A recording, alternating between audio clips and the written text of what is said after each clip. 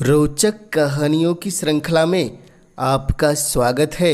लीजिए सुनते हैं आज मुंशी प्रेमचंद जी की सुप्रसिद्ध कहानी जिसका नाम है आत्म संगीत। तो लीजिए प्रारंभ करते हैं कहानी। आधी रात थी, नदी का किनारा था, आकाश के तारे स्थिर थे और नदी में उनका प्रतिबिंब लहरों के साथ चंचल।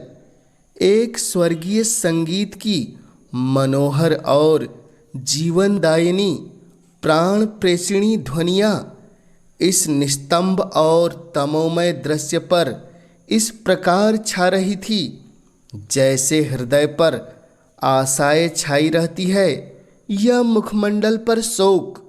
रानी मनोरमा ने आज गुरु दीक्षा ली थी।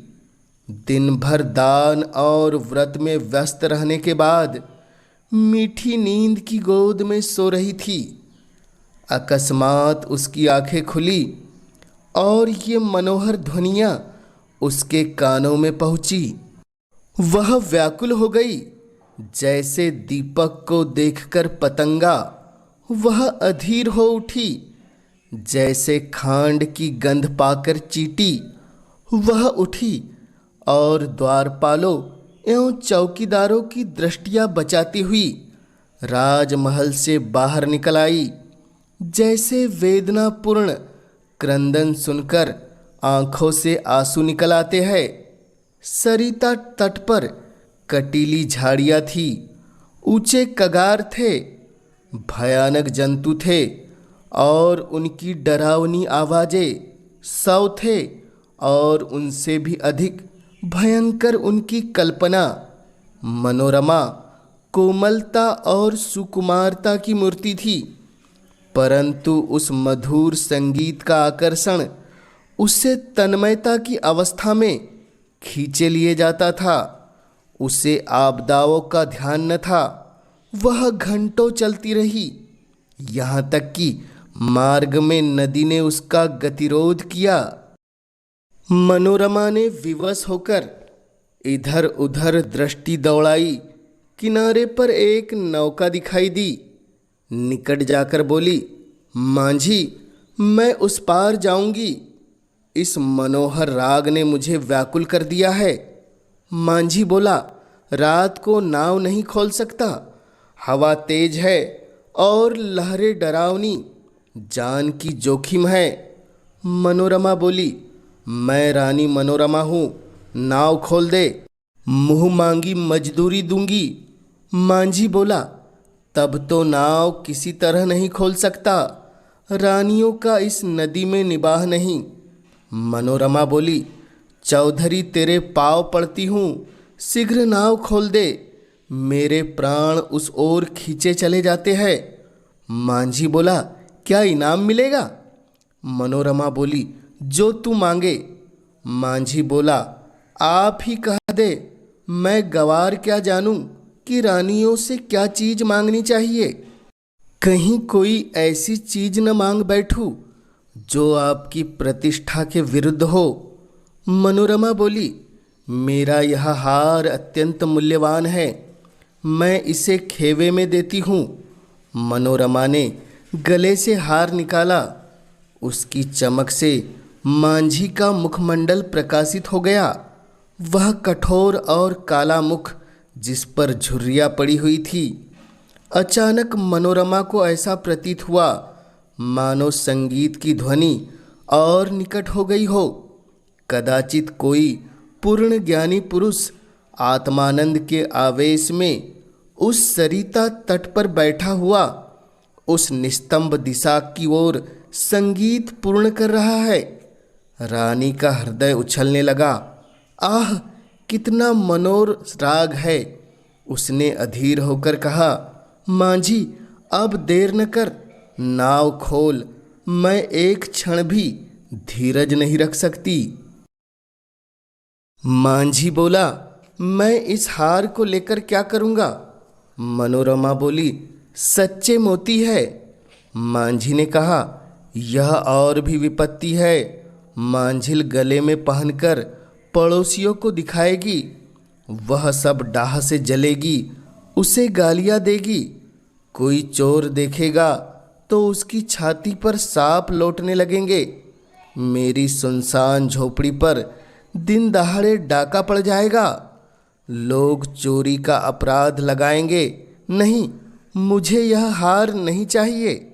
मनोरमा बोली, तो जो कुछ तू मांग वही दूंगी, लेकिन देर न कर। मुझे अब धैर्य नहीं है, प्रतीक्षा करने की तनिक भी शक्ति नहीं है। इस राग की एक एक तान मेरी आत्मा को तड़पा देती है। मांझी बोला, इससे भी अच्छी कोई चीज दीजिए।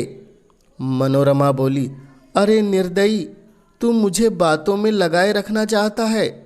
मैं जो देती हूँ वह लेता नहीं, स्वयं कुछ मांगता नहीं। तुझे क्या मालूम मेरे हृदय की इस समय क्या दशा हो रही है। मैं इस आत्मिक पदार्थ पर अपना सर्वस्व न्यौछावर करती हूँ। मांझी बोला, और क्या दीजिएगा।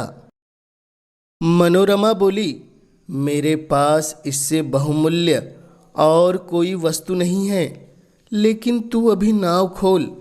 मैं प्रतिज्ञा करती हूँ तुझे अपना महल दे दूंगी, जिसे देखने के लिए कदाचित तू भी कभी गया हो। विशुद्ध श्वेत पत्थर से बना है, भारत में इसकी तुलना नहीं। मांझी ने हंसकर कहा, उस महल में रहकर मुझे क्या आनंद मिलेगा। उल्टे भाई बंधु शत्रु हो जाएंगे। इस नौका पर अंधेरी रात में भी मुझे भय नहीं लगता। आंधी चलती रहती है और मैं इस पर पड़ा रहता हूँ, किंतु वह महल 2 दिन ही में मुझे फाड़ खाएगा। मेरे घर के आदमी तो उसके एक कोने में समा जाएंगे, और आदमी कहाँ से लाऊंगा। मेरे नौकर चाकर कहाँ, इतना माल असबाब कहाँ, उसकी सफाई और मरम्मत कहाँ से कराऊंगा। उसकी फुलवारियाँ सूख जाएगी, उसकी क्यारियों में गीदड़ बोलेंगे, और अटारियों पर कबूतर और अबाबिले घोंसले बनाएंगी। मनोरमा अचानक एक तन्मय अवस्था में उछल पड़ी। उसे प्रतीत हुआ कि संगीत निकटतर आ गया है। उसकी सुंदरता और आनंद अधिक प्रखर हो गया था। जैसे बत्ती उकसा देने से दीपक अधिक प्रकाशमान हो जाता है। पहले चित्त आकर्षक था तो अब आवेशजनक हो गया था। मनोरमा ने व्याकुल होकर कहा, आह, तू फिर अपने मुंह से क्यों कुछ नहीं मांगता। आह, कितना विरागजनक राग है, कितना विकल करने वाला है। मैं अब तनिक धीरज नहीं धर सकती।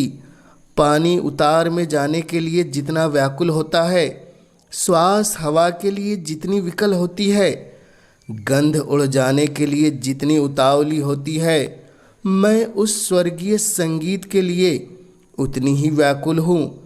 उस संगीत में कोयल सी मस्ती है, पपिये की वेदना है, श्यामा की विकलता है, इससे झरने का जोर है, आंधी का बल, इसमें वह सब कुछ है जिससे विवेक अग्नि प्रज्वलित होती, जिससे आत्मा समाहित होती है और अंतःकरण पवित्र होता है। मांझी, अब एक क्षण भी विलंब मेरे लिए मृत्यु की यंत्रणा है। शीघ्र नौका खोल।